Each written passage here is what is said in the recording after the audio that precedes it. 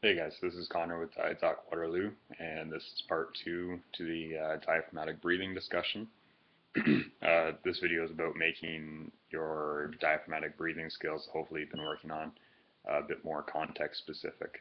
So, something that people tend to struggle with diaphragmatic breathing is they can do it when it's really in a controlled situation or a controlled position.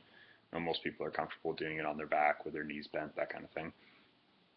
But as soon as you might need that diaphragmatic breathing in a specific situation, like a sports situation or a different posture or exercise or whatever it may be, your ability to use that diaphragmatic breathing to maintain, positive airflow and maybe keep yourself a little bit calmer than you might otherwise be, it disappears. So the first step is kind of trying to tie in that diaphragmatic breathing to a core contraction, because that's going to be a big hurdle for most people.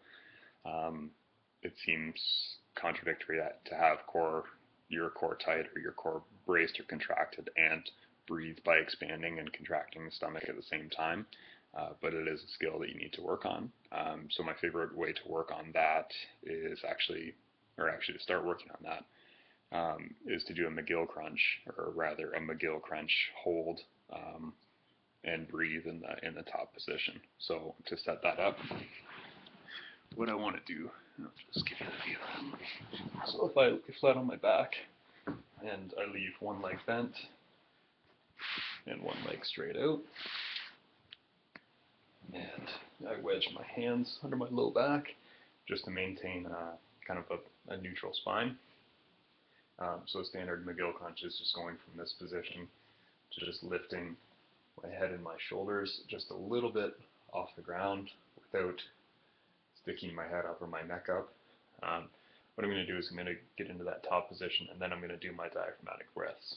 So, and just there'll be smaller diaphragmatic breaths because I have a pretty strong core contraction going on here at the same time, but that's the point. We want to do both at the same time. So if I just get myself into the top position, hold there, strong core contraction, and then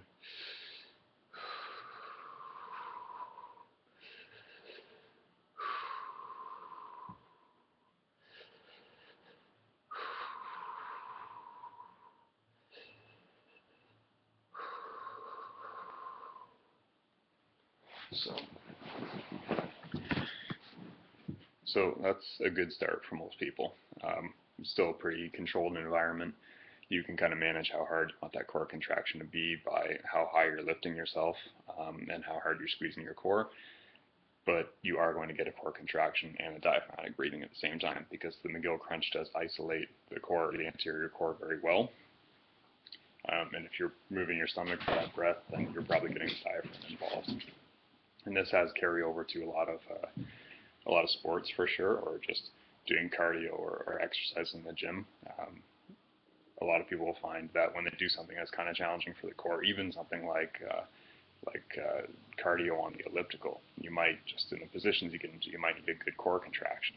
And as soon as you have that core contraction, you're not comfortable breathing in your stomach anymore, breathing into your stomach anymore. So what you do is you start chest breathing, and then what happens is you fatigue a lot faster because you're not expanding your lungs as far as you can. And also you're changing your movement mechanics, because if I'm expanding my chest to get my breaths in and out, it means that I'm flexing and extending my spine continually, which means that I'm going to load different muscles. If I can keep a pretty neutral core and just breathe through my diaphragm mostly, even when I'm in those kind of stressed core active situations, and you can apply that to lots of different sports as well, then I'm going to have better endurance, and my movement mechanics are probably going to be better. So you can also apply that to something like sitting at your desk. Like, you can practice diaphragmatic breathing, just laying on your back, really controlled situation, just calm yourself down for bed, that kind of thing. Practice it standing, but you should also practice it sitting down at a desk-like setup, because if you're not comfortable doing that in that position, and you haven't practiced doing it in that position, how likely are you to really use that skill? So start working on that. Load your abs while you're trying to do the diaphragmatic breathing a little bit. Planking and other core stability exercises work well there too.